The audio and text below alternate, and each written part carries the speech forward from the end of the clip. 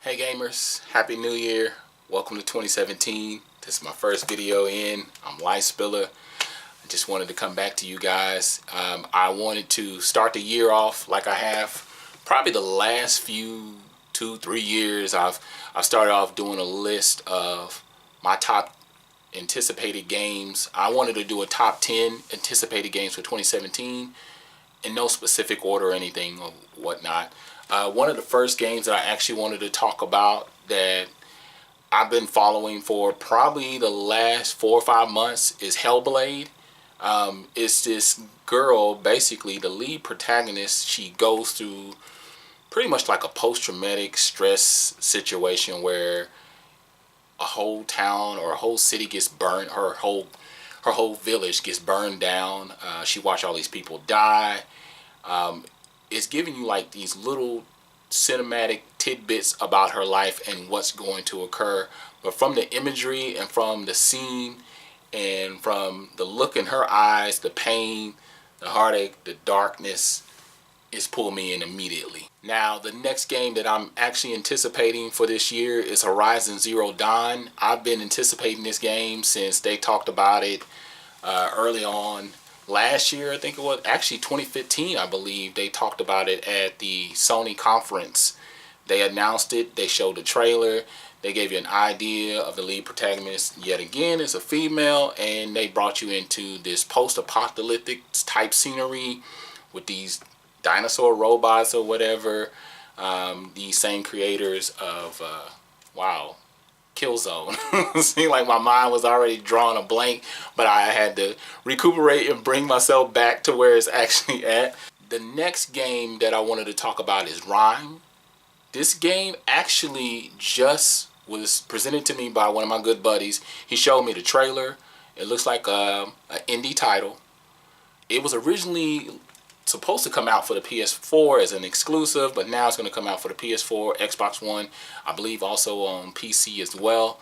But it looks like another adventure type 3D 2D platformer, which platformers are some of my favorite loves. It's an indie title, so it looks pretty interesting. You're unlocking all these little things. I don't know, man. It's like you're unlocking all these other little powers that release things out into the atmosphere or into the world. Vague on the information that was released. It was a game that was on PS4 as an exclusive, but then it almost like it went into the darkness for a little while, as far as almost being forgotten, and then it got brought back, which is a good thing. So I hope that it gets released this year. That would be phenomenal. Now, a game that I just recently saw, it was the Uncharted The Lost Legacy. Didn't know why they didn't include Chloe in the last Uncharted 4, but it looks like they're going to give her own spin-off, give you an idea where we're going.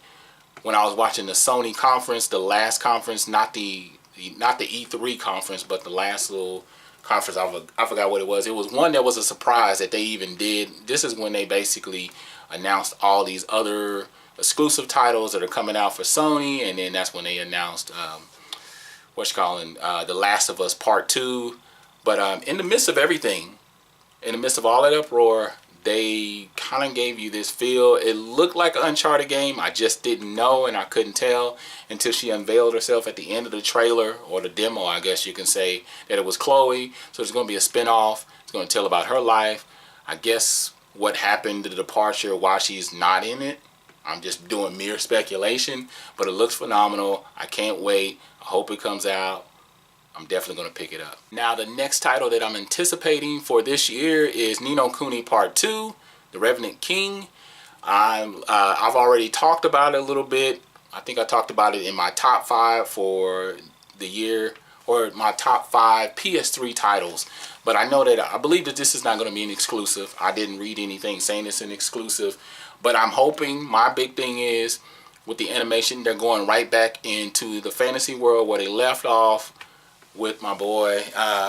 So I'm hoping that everything picks up. They kind of give you a little bit of a bridge of what happened with the original character and bridge you on to the new character.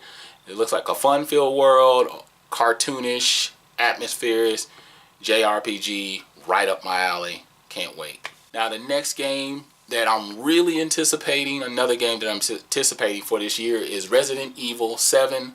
I feel like it's going back to that atmospheric, scary type element where it pulls you in and it uses all the right elements to pull at our brain cells, pull at our minds, trick us, make us see things that are not there. During the course of the 2 demos that have been out, I've enjoyed them. I've done live streams of them. It looks like they're going back to the original way the genre was set and designed. Scare tactics, little things that jump out at you and get at you and make you feel some sort of way about it. And I know that they also announced that they're going to do a full VR experience, which I'm on the fence about. It doesn't matter to me. I'm just pumped up and can't wait to play it. Once again, as Resident Evil 7. Now the next game is Mass Effect Andromeda. I honestly haven't heard much about the game. I just know that I'm the biggest Mass Effect fan. One of the biggest Mass Effect fans. There's probably tons out there. I played them all. I beat them all, 1, 2, and 3. I didn't see nothing wrong with the ending of part 3. It made sense to me. I'm able to draw things for what they are and come to a sort of conclusion on my own. I don't see the big deal with the people that made such an uproar, but 2 is still my favorite. I beat it twice. I've played through with different character scenarios, made different decisions. I've made Shepard a good guy, and I made him a bad guy, like a jerk or a dick or whatever. But yeah, I can't wait for this one. I want to see where they go with the series, with the whole franchise, where they take this thing, and hopefully it spins off into something possible, to something even more greater than what it was. And the next game, I don't even know if I'm pronouncing this correctly, is Nioh Automata. It's a game that I just found about a month ago through the demo. This game looks phenomenal. The landscape, it's a action JRPG. I love action RPGs just in general. I love JRPGs. But this one's got like a biotech type feel to it. I love the landscape. I love the artistry, the way that it's set up. One of the big boss battles that you fight this big humongous robot that takes over the screen. If you haven't played the demo, definitely check it out. It's another female protagonist, lead character. She's got like this blindfold. All the people in the game's got like this blindfolds over their eyes. It's making me curious as to what's up with that. Why are they doing that? That's what I was looking for. Steampunks. It got like a steampunkish feel to it. I'm not really savvy with the steampunk games. I probably played some and didn't even know it. That's how out of touch I am with it.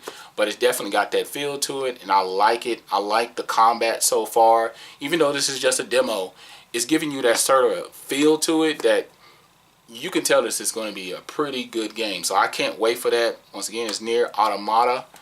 Definitely pick that up. And the next game that I'm thinking, and this is just me thinking, Sonic has had such a bad run after it was such a success. Then it just had a terrible storm of bad games that came out. But Sonic Mania is one of my anticipated games of 2017. Another one anyway. I cannot wait to play that. It looks like they're kind of diving back to the old element. Like, I'm enjoying Sonic Generations. I like the cross-platform between the old and the new and the mixture. And it seems like they feel like that formula worked. So they're going to stick with that. They're going to do that, and they're going to continue with that element. The last game, oh my God, I cannot wait for this, is Outlast 2. I'm almost done with Outlast 1. I may do some streaming of it and finish up Outlast 1, but I'm feeling the whole cornfield element, the weird ass people in it. Kind of has the Children of the Corn type feel to it. It's a little bit of horror, suspense, and I wasn't with the idea at first, but it's grown on me. The idea that you can't kill anybody, that this is a survive or die type situation. I love it. It's definitely dark. It's definitely grimy. It's sinister. It's got all the right elements in it. So it is on my list. Those are my games. Tell me your list. Make sure you like, comment, subscribe. As always, I'm Light Spiller, and I'm out.